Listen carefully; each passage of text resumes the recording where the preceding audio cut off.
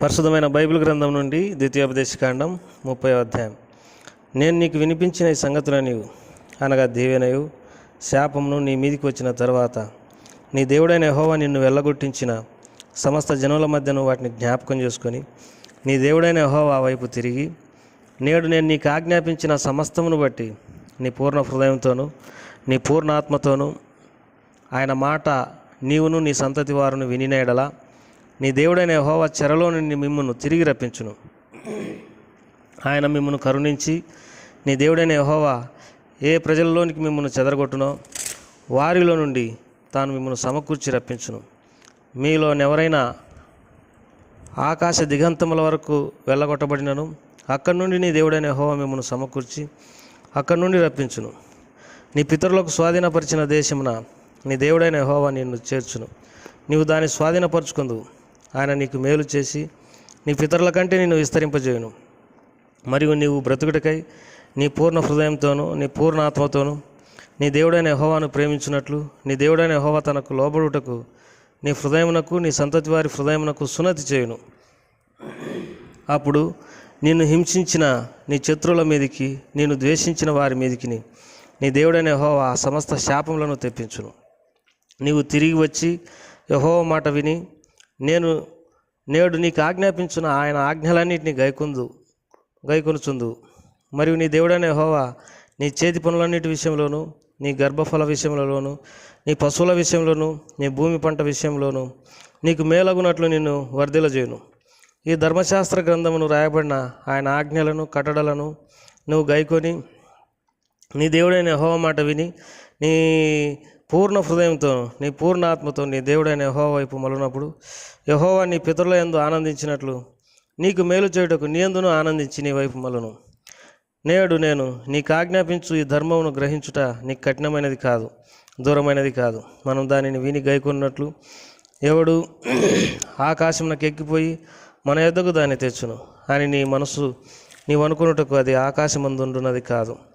మనము దాన్ని విని గైకొనున్నట్లు ఎవడు సముద్రము దాటి మన యొద్దకు దాన్ని తెచ్చును అని నీవు అనుకున్న నేల అది సముద్రపు అద్దరివి మించున్నది కాదు. నీవు దాన్ని అనుసరించుటకు ఆ మాట నీకు బహు సమీపంగా ఉన్నది, నీ హృదయమున నీ నోట ఉన్నది. చూడుము, నేడు నేను జీవమును మేలును మరణమును కీడును నిదుట ఉంచి ఉన్నాను. నువ్వు బతికి విస్తరించినట్లుగా నీ దేవుడైన యెహోవాను ప్రేమించి ఆయన మార్గములందు నడుచుకొని ఆయన ఆజ్ఞలను కట్టడలను విధులను ఆచరించమని నేడు నేను నీకు ఆజ్ఞాపించున్నాను. అట్లు చేసిన యెడల నీవు స్వాధీనపరుచుకొనుటకు ప్రవేశించు దేశంలో నీ దేవుడైన యెహోవా నిన్ను ఆశీర్వదించును. అయితే నీ హృదయం తిరిగిపోయి నువ్వు విననొలక ఈడవబడిన వాడవై అన్యదేవతలకు నమస్కరించి పూజించిన యెడల మీరు నిశ్చయముగా నశించిపోదురని స్వాధీనపరుచుకున్నటకు యోర్దాను దాటబోచున్న దేశంలో మీరు అనేక దినములు ఉండరని నేడు నేను నీకు చెప్పుచున్నాను. నేను జీవమును మరణమును ఆశీర్వాదమును శాపమును నేను ఎదుట ఉంచి ఉన్నాను. భూమి ఆకాశములను మీ మీద సాక్షులుగా పిలుచున్నాను.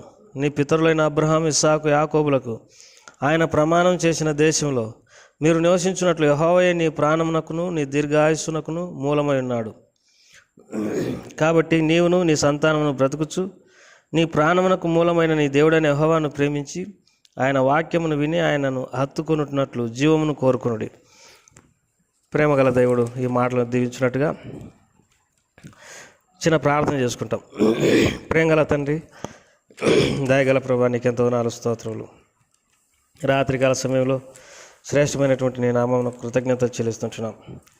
ఈ వాక్య భాగాలను మా కొరకై దీవించి ఆశీర్వదించమని మరి యేసు ప్రభువారి నామం పేరిట స్తుతించి ప్రార్థించి ఎడవేడుకుంటున్నాం తండ్రి. ఆమె. ద్వితీయోపదేశకాండం 30వ అధ్యాయం 1వ వచనంలో నేను నీకు వినిపించిన ఈ సంగతులను అనగా దీవెనయు శాపమును నీ మీదకి వచ్చిన తర్వాత నీ దేవుడైన యెహోవా నిన్ను వెలగొట్టించిన సమస్త జనుల మధ్య వాటిని జ్ఞాపకం చేసుకొని నీ దేవుడైన యెహోవా వైపు తిరిగి నేడు నేను నీకు ఆజ్ఞాపించు సమస్తమును బట్టి పూర్ణ హృదయంతో పూర్ణ ఆత్మతో ఆయన మాట నీవు సంతతి వారు వినిన యెడల.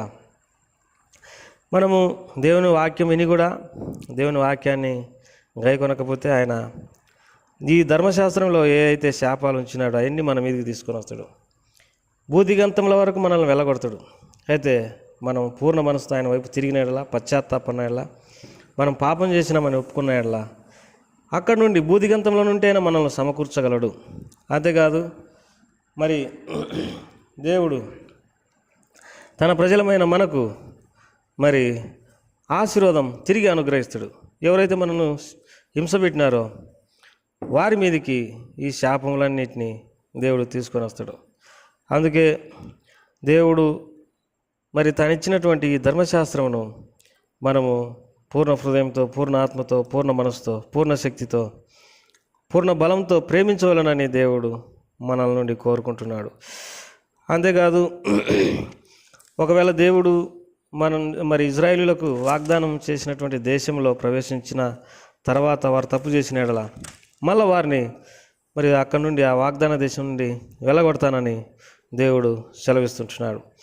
అంతేకాదు ఈ ధర్మశాస్త్రం అనేది మనం గ్రహించలేనంత కఠినమైనది కాదు, దూరమైనది కాదని కూడా దేవుని వాక్యంలో రాయబడింది. దేవుని వాక్యంలో ఆదికాండం, నిర్గమకాండం, సంఖ్యాకాండం, ద్వితీయోపదేశకాండం, ఈ లేవ్యకాండం 5 కాండాలను కలిపి ధర్మశాస్త్రం అని అంటారు. అనగా మానవుడు మరి క్రమంగా పద్ధతిగా మరి సరైన రీతిలో సత్యముగా జీవించడం ఎట్లా తెలిపేదే ధర్మశాస్త్రం. ఈ ధర్మశాస్త్రం మనము ఎక్కడ తీసుకొని వద్దామని అనుకోవడానికి అది దూరంగా ఉన్నటువంటిది కాదు. దాన్ని ఆచరించడానికి అది ఎంతో కఠినమైనది అనడానికి కూడా అది కఠినమైనది కాదు. మరి అది మనకు దేవుడు అనుగ్రహించినటువంటిది. అది మన సమీపంగా ఉంది, మన హృదయంలో ఉంది, మన నోట కూడా ఉంది అని దేవుని వాక్యంలో ద్వితీయోపదేశకాండం 30:14 రాయబడింది. తర్వాత దేవుని వాక్యంలో ఇదే అధ్యాయంలో శ్రేష్టమైనటువంటి వాక్య భాగాన్ని మరి చదువుకోగలం. ద్వితీయోపదేశకాండం 30:17 అయితే నీ హృదయం తిరిగిపోయి నువ్వు విననోళ్ళక ఏడవబడిన వాడవై అన్య దేవతలకు నమస్కరించి పూజించినట్లా. చాలాసార్లు మరి ఆయనను ఎరిగి ఉన్నామని చెప్పుకునే వ్యక్తులు కూడా అన్య దేవతలను పూజించే అవకాశం ఉంది. కాబట్టి ఎందుకంటే వాళ్ళ హృదయం తిరిగిపోయింది, లేకపోతే ఈడవబడింది, లేకపోతే నానా ఆశలకు గురి అయిపోయింది అని చెప్పడానికి అవకాశం ఉంది. దాన్ని బట్టి వారు అన్య దేవతల వైపు తిప్పే అవకాశం ఉంది. అట్లా చేస్తే మనం నశించిపోతామని దేవుని వాక్యంలో రాయబడింది. వేరే దేవతలను మరి వేరే విగ్రహములను మనం పూజించడం ఎంత మాత్రం సరైనది కాదు అని దేవుని వాక్యంలో రాయబడింది. అందుకే దేవుడు అంటాడు 19వ వచనంలో ద్వితీయోపదేశకాండం 30:19 నేడు జీవమును, మరణమును, ఆశీర్వాదమును, శాపమును ఎదుట ఉంచున్నాను, భూమి ఆకాశముల మీద సాక్షులుగా పిలుచున్నాను అని అంటాడు. దేవుడు మనకు మరి జీవ మార్గాన్ని కోరుకుంటావా, మరణ మార్గాన్ని కోరుకుంటావా, ఆశీర్వాదం కోరుకుంటావా, శాపాన్ని కోరుకుంటావా అనే విషయాన్ని మనదట ఉంచి భూమి ఆకాశంలో సాక్షులుగా ఉంచినాడు. కాబట్టి మనము జీవమును, ఆశీర్వాదమును కోరుకోవలసినటువంటి వారం అంటున్నాం.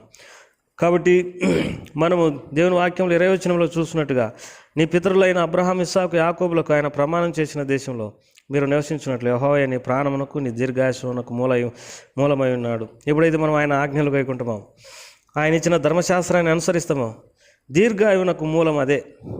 మనము దేవుడే మనకు, మన ప్రాణమునకు మరి దీర్ఘాయుష్మునకు మూలమై ఉన్నాడు. కాబట్టి నీ సంతానము బ్రతుకు, నీ ప్రాణమునకు మూలమైన నీ దేవుడైన యెహోవాను ప్రేమించి ఆయన వాక్యములు విని ఆయనను హత్తుకున్నట్లు జీవమును కోరుకునుడి. కాబట్టి మన ప్రాణానికి మూలమైనటువంటి వాడు ఆయనే. కాబట్టి దీర్ఘాయుష్మునకు మూలమైనటువంటి వాడు ఆయనే. కనుక జీవాన్ని కోరుకోవాలి, ఆశీర్వాదాన్ని కోరుకోవాలి. అంతేగాని మరణము, శాపాన్ని మనం కోరుకోకూడదు. ఎప్పుడైతే మనం అనే దేవతలను పూజిస్తామో, ఎప్పుడైతే దేవుని యొక్క వాక్యాన్ని వినమో, అప్పుడే మరణానికి గురవుతాం, శాపానికి గురవుతాం. కాబట్టి దేవుడిచ్చినటువంటి ధర్మశాస్త్రాన్ని మనం ఎంతో జాగ్రత్తగా గైకొనడం ద్వారా మనం దీవించబడతాం. ప్రభు ఈ మాటలను దీవించునుగా. ప్రేమగల తండ్రి, ఈ వాక్యాలన్నింటినీ మా కొరకే ఆశీర్వదించమని యేసు ప్రభువారి నామమున పేరట వేడుకుంటున్నాం తండ్రి. ఆమేన్.